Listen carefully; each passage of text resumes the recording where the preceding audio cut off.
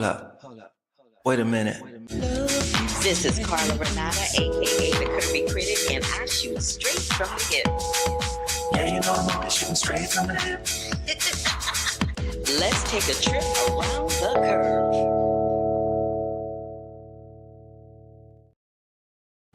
Hey everybody, it's your girl Carla Renata, aka the Curvy Film Critic.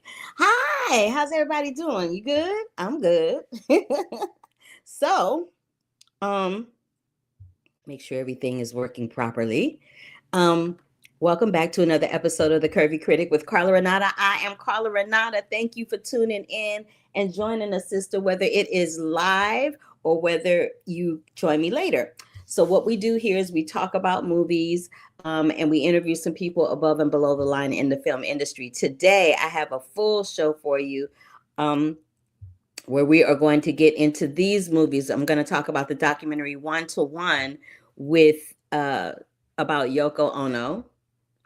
I'm trying to do this new thing, but it's not letting me do it. Let me see if it'll let me do it now. No. Let me see if I go back if it'll let me do it.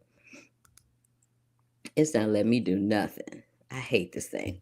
Anyway, One to One with Yoko Ono. I'm gonna talk a little bit about the Viola Davis film that is streaming on Prime Video right now, G20.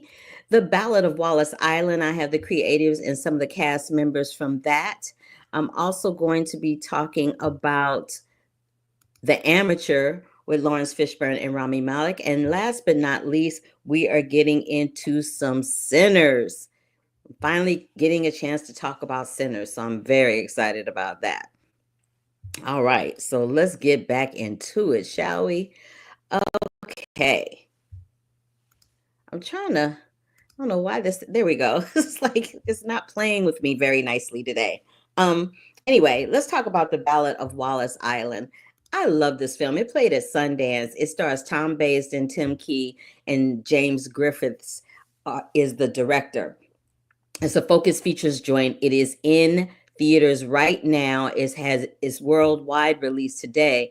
And basically it centers around this young man who named Charles, this eccentric millionaire named Charles, played by Tim Key, who's in the middle of this picture here. He decides that he wants to hire his favorite duo to come to do a private gig on a remote island for him. And it's this international music superstar, Herb McGuire, and his partner, Nell Mortimer. And they were a folk rock duo back in the day that shot to stardom some years before. But now, coming to this island, they're reuniting together after nearly a decade of estrangement. And it brings up old feelings for Herb. It brings up some major old feelings for Herb.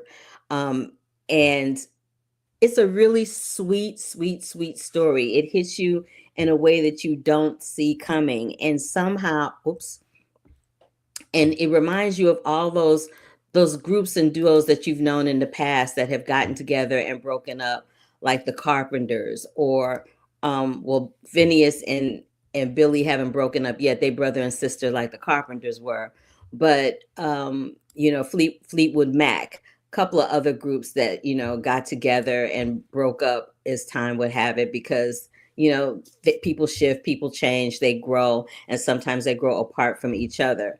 What I'll say is that for a film like this, chemistry is key, and Baisden and Carey Mulligan have it in spades. The songs are memorable, they're catchy, they also bookend the film. You hear them in the beginning of the film and at the end of the film, and it kind of sort of breaks your heart. This film started out as a short, and it eventually became a feature film, which they're going to talk about in the interview, because I have Tim and Tom and James who are going to talk all about it. And what this film does is it gives audiences insight into how people come into money, and then they spend it on things that matter to them, which you can't put a monetary value on, like a memory or how someone holds space in your heart. So without further ado, I will play this interview with Tim and James about the Ballad of Wallis Island. You guys were roommates when this started. It was a short film, right? Yeah, so Tim was living with me, and we were writing stuff together, and in a sketch group, and it was a very productive time for us. I'd say, like, we were just writing a lot of things and coming up with a lot of ideas. Some not good, some great, and didn't necessarily know which was which at the time, but certainly mud against the wall. Yeah, this was one of those. This was one of those ideas from that period that luckily we stuck with, and has sort of grown and grown as time's gone on. Why did you all make the decision to expand it from a short to a feature film? I think we made that decision more or less when we'd made the short. And then it was just a case of working out how to do that, which took 18 years, weirdly. But yeah, we always knew that there was something in there. We always knew that those characters had something. We also knew that there was something missing that would turn it into a feature. You couldn't just turn these two guys rattling around the island for 90 minutes. So really it was just a case of waiting until inspiration struck. But the three of us never went away from the idea we would do it. It's just at some point we had a sufficient amount of lack of work, and Griff was back in the country, so re-energised it. And then all three of us were like, maybe we can come up with this thing. And then basically it was the Nell storyline, which became Kerry Mulligan, which sort of unlocked it for us and turned it into a feature on both levels, No, I was going to say also, in the short film, the guys are probably playing a lot younger than the characters were. Yeah. As you would with a sketch or something, you just play any character of any age, and really for it to be a feature film, it felt like it needs to be more authentic, and so it took a while. I guess now looking back, you can sort of say that it took a while for everyone to grow into those roles a little bit, and for me as well as a filmmaker to grow into that. I love that. Yeah, we're the right age for the part. We're the right age. It's Yeah. cheap. We're all the right age. It's cheaper You than become makeup. a little more seasoned, is that what you're saying? Yeah. It's nature's makeup, just using 18 years to age us. I love that. Nature's makeup. It's I'm stealing that. a long time in the chair. Yeah. I'm stealing that. Now, I'd love to know from you guys, since this is dealing with a duo that's been together for a long time and then they broke up and now they've been brought back together under serendipitous types of circumstances, what duo or band would you like to see reunite and why? And what duo or band would you never want to see again? Oh, wow. Oh, well, I'll take the Which one do you go? who I'd never see again. Yeah. Renee and Renata. Who's that? You remember Renee and Renata? No. Terrible duet. A great I feel some duet. kind of way about that considering my name is Renata. Oh, I'm so sorry. I'm so sorry. I'm so Well, sorry. thank you, James. Now you're going to tell me that Renee is your partner. They were a terrible Greek band, Greek Wow. duo. Yeah. Okay. Okay, I'm surprised you put a Greek band in the dustbin. I'll probably go for the Carpenters. In the UK, we had a band called the Cheeky Girls, who were big for a while. Oh, you wouldn't bring them I'd bring them back We've together. met them. Oh. Yeah. Yeah, I'm bringing them back. I'm bringing them back together. Oh, by the way, the Carpenters are my ones to bring back. Yeah. Not to bin. I got that. Yeah, good. I got that one. And thank you for the clarification. No, James, James, I have one last question for you. Yeah. What was the challenge of directing outside at night on a beach in Wales? Because I can imagine the elements gave you quite a fit. Oh yes, everything about Wales and filming is fairly challenging, but there's a lot of enthusiasm amongst the crew there. Everyone's very hands-on. It requires a real energised sort of team of filmmakers to kind of move through those challenges, whether they be weather or tide or just actually Or the script. the stones. I mean, the beach was so difficult to move across, and all of our equipment that was coming to the beach had to be tractored in on tiny lanes. It was very remote, so incredibly challenging. But I think you reap the rewards of that effort because of what it delivers on screen. So you're kind of always weighing that up as, is the juice worth the squeeze? Is it worth everyone sort of lugging boxes and boxes of lenses and equipment literally by hand up a hill? Well, yes, if the shot reveals itself to be, well, nature's production value, basically.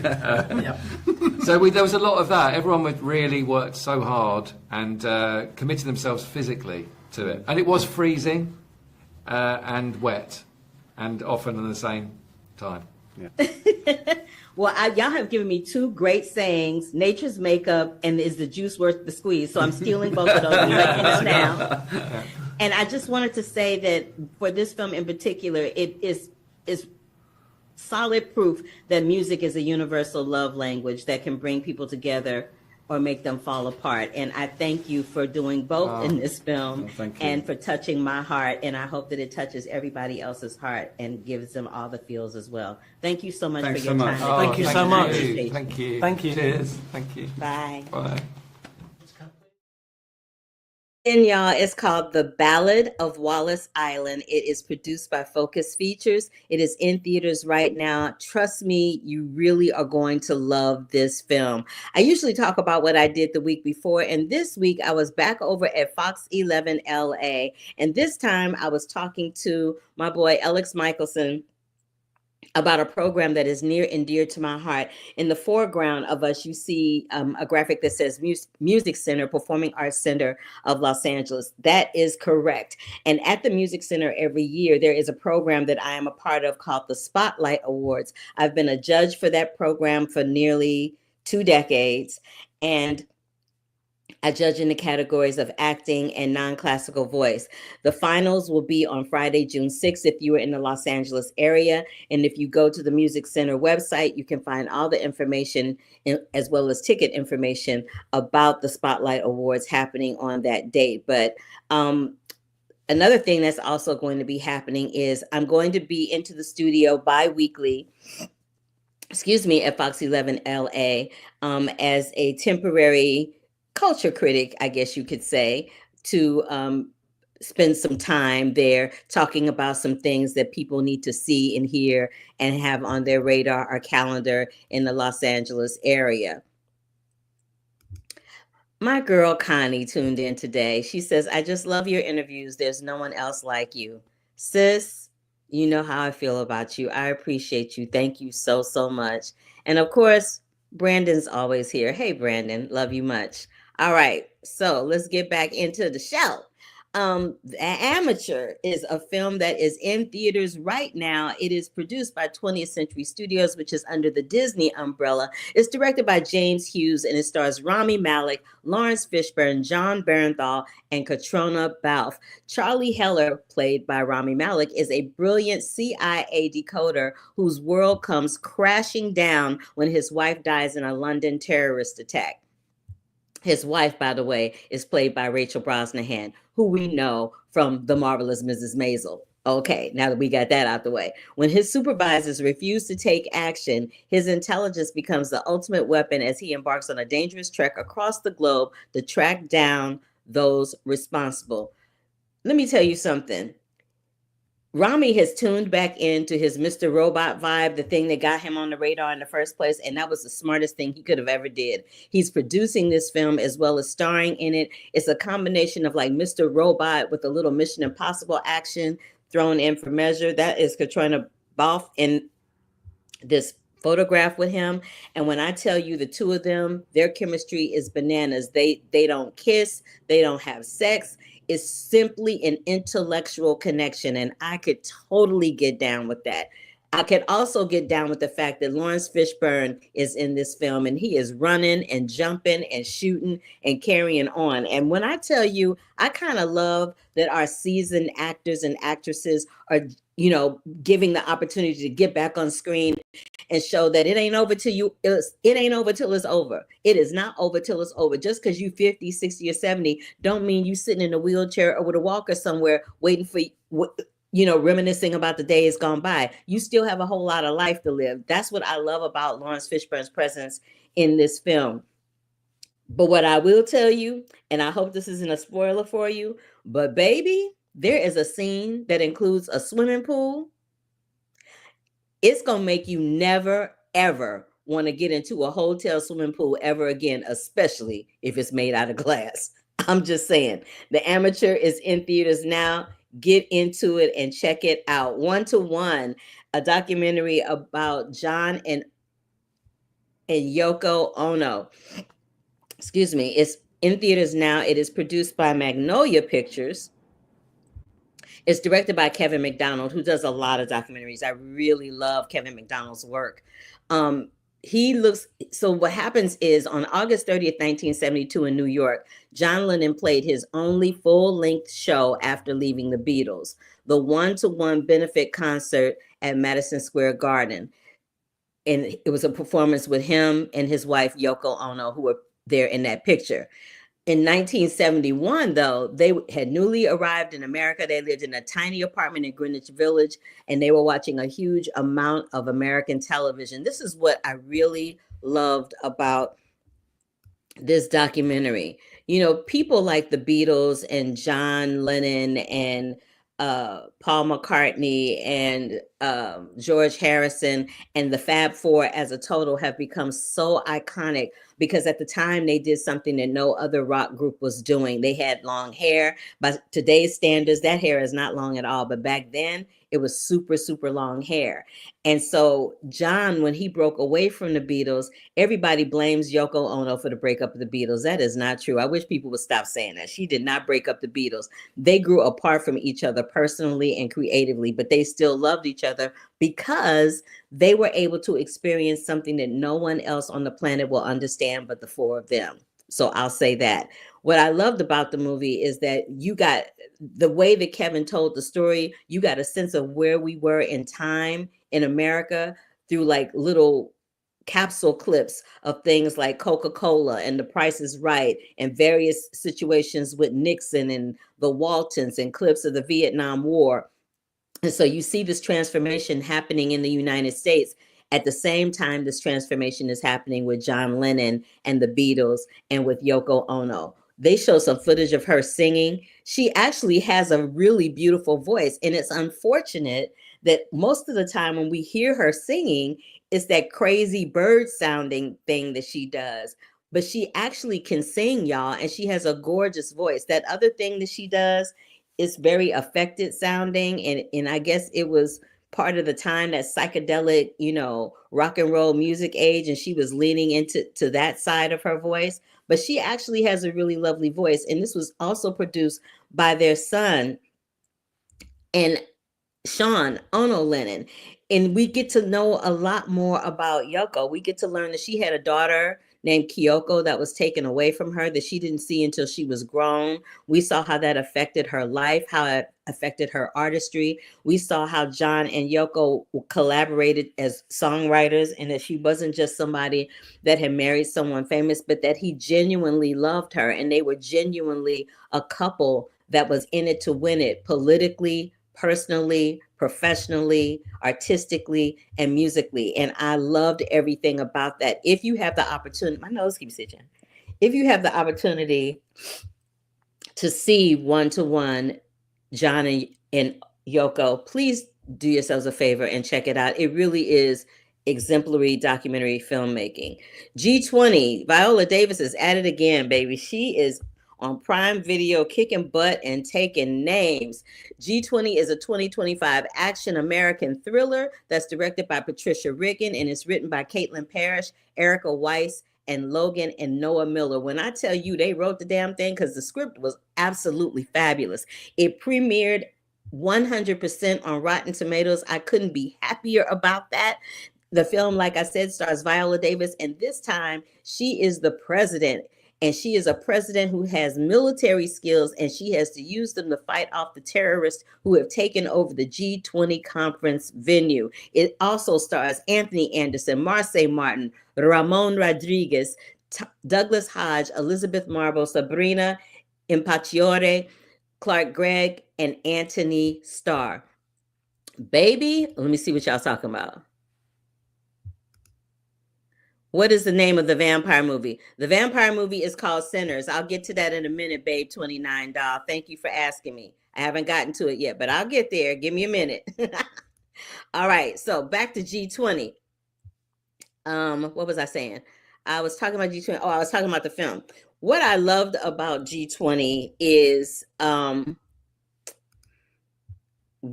so it's like Viola Davis, hit Wakanda and brought it to the White House. That's what it felt like to me. It was like Wakanda hit the White House mixed with a little Die Hard. I was there for all of it because usually when we see films in this genre, we see white men and we see white women. We don't see no chocolatey brown black woman with a gun with half her dress torn off that got skills and a jacked up knee kicking butt and taking names and saving everybody. I was there for all of it. I was really there for Ramon Rodriguez, who's on this ABC show called Will Trent that I absolutely love. And I also loved seeing Anthony Anderson and Marseille Martin embrace their dramatic side. We've seen Anthony Anderson do it before, but he really gets into it in this film. And you know, it was nice to see them reunite after Blackish. It was really nice to see that. But y'all, if you have not checked out G20, you are missing out on some things, let me tell you. All right, babe, 29 doll. We about to get into the movie that you tuned in to hear me talk about, and I got a whole lot to say about it. Sinners is the fifth collaboration between Ryan Coogler and Michael B. Jordan. It hits theaters on April 18th. The embargo has lifted. I highly suggest that you see this film in IMAX because that is the only way to see it, and it is everything. So this is what's happening with this film. Michael B. Jordan is playing twins. He's playing Stack and Smoke. And he's playing these two twins who come back home to try to start a business and start a juke joint. They come back home to have a whole new life, different than the life that they had, only to discover that an even greater evil is waiting to welcome them back. My take on it when I saw it was it felt more like, for me, it felt like a hoodoo musical thriller horror that is steeped in generational curses. That's what it felt like to me. Now, everybody has a different opinion about what they think this film is, but that's how it hit me when I saw it. I would need to see it again to have, you know, some more thoughts on it. But the quote that they use from the film is called, "You keep dancing with the devil, one day he's going to follow you home." And that's exactly what happens in Sinners. These twins keep messing around with folks, and the devil followed them home and tried to infect them, everyone they loved, and the whole town. Like I said, this is the fifth collaboration between Coogler and Michael B. Jordan. Coogler also teamed back up with his Oscar-winning production designer, Hannah Beachler. He also teamed back up with Goranson, who did Black Panther for him. He also teamed up with the Oscar-winning costume designer, Ruth E. Carter. The costumes in this film are bananas. The music is bananas. Ryan Coogler also does this thing where he leans into the blues, and he has Buddy Guy in the film. That's not a spoiler for you. You're going to see it anyway. But Buddy Guy is in the film, and Buddy Guy is a old school gut bucket, down in the dirt, down in the mud blues musician. And it is wonderful to see that Ryan Coogler gave him his flowers by putting him in this film. It was wonderful to see Michael B. Jordan inhabit two different characters, and you got that it was two different people. Because sometimes when people play the same, when it's the same person playing two different people, you can kind of see that it ain't really happening. But this was happening on every visceral level. Jamie Lawson is crawling on the ground, baby, and singing for Jesus. Wumi Masaku, who you know from Lovecraft Country, who you know from Loki, she's holding the film down. If we being honest, the women are holding the film down. Jamie Lawson, Wumi Masaku, and Haley Steinfeld, who, by the way, I found out is part Black. Because I'm not going to lie, when I saw that movie, I'm like, why is this one white girl up in this film with all these Black people? Come to find out, through being in this film, Haley discovered that part of her bloodline includes her grandfather, who was a Black man. Because if you look at it, she looked like she got a little something, looked like she got some Italian or Black or something going on up in there, and that's what it is. So I was happy to see all of that. What y'all talking about? Oh, hello, Kirby. How are you? White have really made vampires so boring, but the interview with the vampire and Sinners, they're hot again. Can't wait for Sinners. Baby, random, You are not ready for some sinners, baby. You are not. But what I do have for you is I have interviews with some of the cast members, including Jack O'Connell, Wumi Masako, Haley Steinfeld, Lee Jun Lee, Omar Miller, Delroy Lindo, and one of the brothers who his name will come to me is I can't remember his name right now, but I'll get it by the time we end. But anyway, so take a look and a listen, y'all, to this interview with the cast of Sinners. I really hope you like it because I sure had a good time doing it. Listen, I'm doing better after seeing y'all. Why ain't it playing? Listen, I'm doing better after seeing y'all and after seeing this film. Congratulations to you on your debut. I would have never known, honey, you were doing it like a professional, like a veteran. Yeah. I'm trying. So this is a film, I feel, that is like a hoodoo, sexy musical version that centers around a generational curse, right? Do you believe in generational curses? Ooh. I love you. I love you black. Ooh. Yes. Yeah.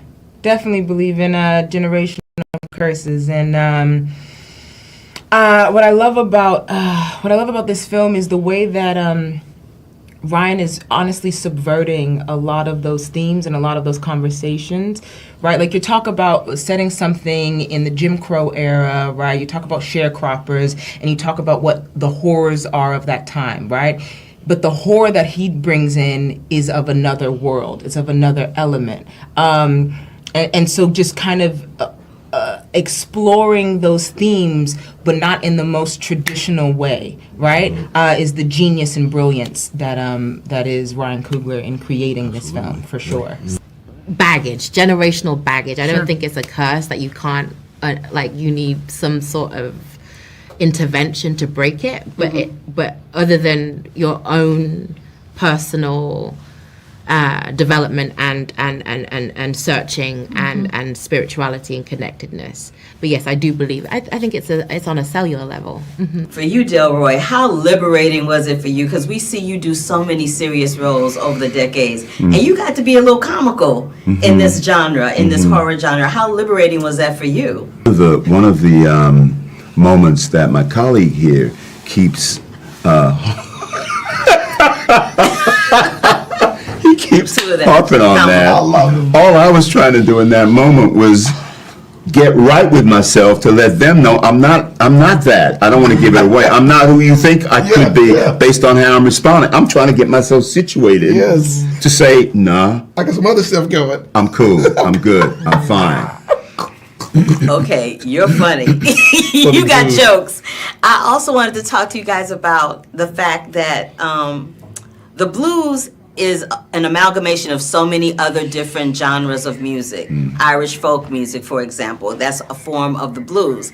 What is your relationship with the blues coming out on the other side of this project? Because I'm sure it was one way coming in, but it's a completely different thing coming out. Yes. I obviously have listened to the blues, but I was not very familiar with much of the genre, except now that we've filmed this movie, I have developed a new love for it and a deeper appreciation for it, especially watching Ludwig work with us and listening to Miles sing, and it has been really nice. You know, I think that music is arguably the most powerful art form, and in that, the blues is a combination of pain and expression. And there wasn't much change before and after the film, except for the appreciation that somebody was able to make it so clear what the blues was, and transformed into all over the world. And I really credit Ryan for that, because Southern American blues music is the foundation of all popular music that people enjoy, really. Yeah. Absolutely. And you should just explain, when you said there wasn't much of a change, it's because of how you... There wasn't much of a change because I actually grew up the grandson of a sharecropper from Mississippi, whose son, which is my father, listened to blues music incessantly. So I listened to a lot of blues music growing up. A lot of all of the name dudes, and read the mythology about Robert Johnson selling his soul and to be the greatest guitarist and musician of all time. And to see that played out was a beautiful thing visually. And Sinners just, I mean, there's really a musical element that's undeniable, that's its own character in this film. Yeah. I listened to blues, as a consumer, right, prior to this film. And now I'd like to believe I have a much stronger appreciation for the history, the tradition, the scope of the music. And I keep thinking that the blues music, to the extent that it has gained it has a worldwide footprint, and it's very, very similar to hip hop, in as much as that also has established a worldwide international footprint, which is an extension of black culture in general, and the fact that we do what we do and we spread our footprints internationally. And blues comes right out of that tradition. Out the mud. Out the mud, Jim. Come out the mud. Yeah. Yeah. So I come from a musical family, so I grew up with all different types of music in my household. But for this project specifically, I got a great opportunity to take a deep dive into the blues and really, study some of the greats that came before. And I realized that, with this project and with the blues specifically, blues has kind of birthed so many other different genres, and that's something that you'll also see throughout the film and how that's incorporated. So I listened to people like Son House and Buddy Guy to kind of draw influence from. I felt like a strong connection with traditional Irish music for a long time. Like I was Irish dancing as a whippersnapper, so it's always been a part of my life. And then to study it more and understand it just of my own accord, the older I've got, has only really strengthened that connection. But also with blues music as well, and a massive fan of music. And to be a fan of music, I think it's important to understand blues' influence on the whole. It's responsible for so many different genres of music. So to continue that education through making this film was wildly thrilling. Yeah, this film is very educational in that respect as far as the music is concerned, and that's one of the things that I love. Jamie, how freeing was it for you to be able to just be authentically sexy and do the blues and have that whole juke joint moment? Yeah, freeing is definitely the word. I found a level of freedom in this character. And this movie that I've been craving, honestly, and in that performance, right? Because I got to hear the song, like a reference track for the song, maybe 2 days after the table read, something like that, in which they had Brittany Howard singing the reference, and I looked at the room. I said, am I who you want to do? Are we sure that this is what you want? You want me to be Alabama Shakes? Okay. Right. Because there's yes, I love the Alabama Shakes, actually. And I was like, I don't know that I can do this. And the level of confidence that Ludwig and Serena and Ryan really had in me just helped me to step up to the plate and actually let go and find a home for my voice that my voice has been trying to find for a long time. So I'm truly grateful for that. Well, let me tell you something. Y'all didn't have to go far to find your voice in this movie because each and every one of y'all killed it. What I loved about your two characters. Usually in a horror genre or in any genre where the cast is male heavy, the women are damsels in distress. Y'all were strong, y'all were sexy, you were viable, and I love that for you. How freeing and liberating was it for you to be able to inhabit those types of characters, especially in the horror genre? Sure. I loved the way that these women were written. We were given an opportunity to go in and make our presence known and our voices heard, and that is in the world of every genre this movie falls under. It breaks through the loudness of all the issues that are at stake, the music, everything. These two women, this one especially, really holds it down for everyone. But I I love that about these characters. I love that Mary is a very strong and powerful and confident woman, though very vulnerable. They are still understanding how to sort of move through the world with their grief and with loss and being faced with all of these conflicts right in front of them and in real time. There's a beautiful balance throughout this movie of all of that confidence and vulnerability. Tell you what didn't come out of the mud, y'all's performances. Thank you you so much. God bless you. Thank you so much. God bless you. God bless. I really enjoyed talking to the cast. I was super, super, super sad that I didn't get a chance to speak with Michael or Ryan, but y'all, I have never seen a vampire movie like this. And I say on this podcast all the time, I am not the one for the horror. I am not the one for the blood. I am not the one for the gore. But this bad boy was giving you more sexy than anything else. But when they gave you the gore and the blood, they gave you the gore and the blood. But I have never, ever, ever seen a vampire movie like this. It was fun. It was sexy. It was intriguing. It was intense. It was all the things and all the adjectives. The young man that I was speaking of, he was sitting with Jack O'Connell and Jamie Lawson. His name is Miles Caton. This is his screen debut. Baby, when I tell you, this boy looked like he has been making movies for 1,000 years. He's so incredibly gifted. His voice is butter. His presence on screen is gold. It's just absolutely fabulous. What are y'all saying to me in this chat room? Yeah, right. The Lawrence Report. I was shocked that she was part Black too, but I wasn't surprised because when you look at Haley Steinfeld, you could totally see that she looked like somebody that might have been passing. In this movies, do vampires have bad breath? I think blood doesn't smell the best. Okay, so what I will say about that is they do have a scene where they're all eating garlic and they got jokes around eating this garlic. It was pure comedy, but I don't think that they don't reference vampires having bad breath or anything like that. They just have them eating this garlic in this one scene, and they were eating it by the clove. It was pure comedy. And what are you saying? Vampires are supposed to stink on a whole. Aren't they dead or walking corpses? Their breath definitely kicking though. Okay, Loud Boy Gaming, you got jokes. So I don't know. I've never seen a vampire close enough to know what their breath smell like. And I don't ever recall it being referenced in any vampire movies that I see because I'm a big old scaredy cat. I be watching the movies like this. Because I am that doll. But what I do want to show you is like my best imitation at having been bit and trying to be sexy. It's just all kinds of wrong, but I have to show it to y'all.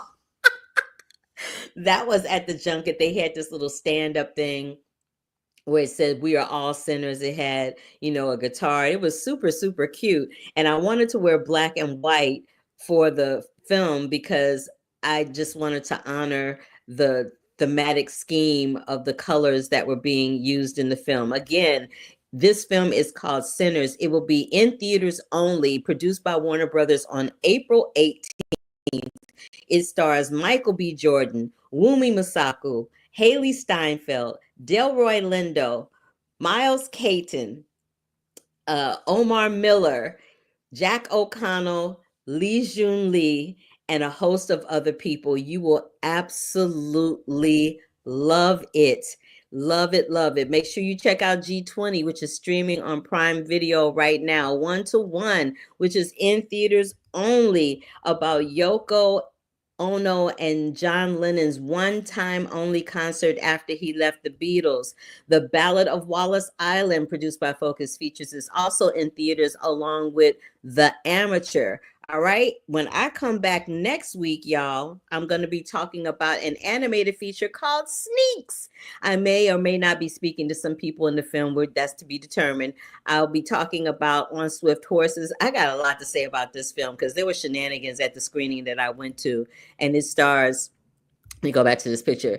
It stars Daisy Edgar-Jones, Jacob Elordi, Will Poulter, Diego Calva, and Sasha Calle. Love me some Sasha. Love me some Daisy. Most of the time in this movie, Daisy was giving me, sometimes she was looking like Anne Hathaway, and other times she was looking straight up like Natalie Wood. It was really weird. I'm also going to be talking about The Wedding Banquet. This film was hilarious, but very heartwarming. I'll talk about that when I come back. It also stars Oscar nominee Lily Gladstone and Kelly Marie Tran, who is having a year, y'all. She is having a year, and I am so happy for her. And last but not least, I'll get into The Accountant 2 with John Barenthal, who's also having a year, and Ben Affleck. If this is your first time joining me, babies, give me a big thumbs up and click that bell for notifications, because you never know who you're going to see here on The Curvy Critic with Carla Renata. I have interviewed A-listers. I have interviewed Z-listers. I have interviewed documentarians. I interview everybody because I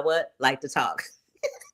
I thank you, everybody who checked in, including, and I'm going to go through all the names really quickly because that's how I roll. My boy Brandon, my girlfriend Connie Jackson, Babe 29 Doll, Kirby's 100, Random Crap React, The Lawrence Report, Kirby's 100, Loud Boy Gaming, and everyone else who will tune in afterwards and who tuned in whose name I did not catch. Thank you, Connie, for the shout out. Is wholeheartedly appreciated. All right, so y'all, that about does it for me for this edition of The Curvy Critic with Carla Renata. I will see y'all next week. Love, peace, and hair grease, and deuces until the next time, baby.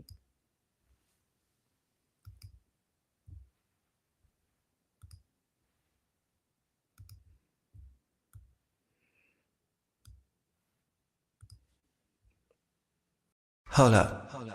Wait a minute.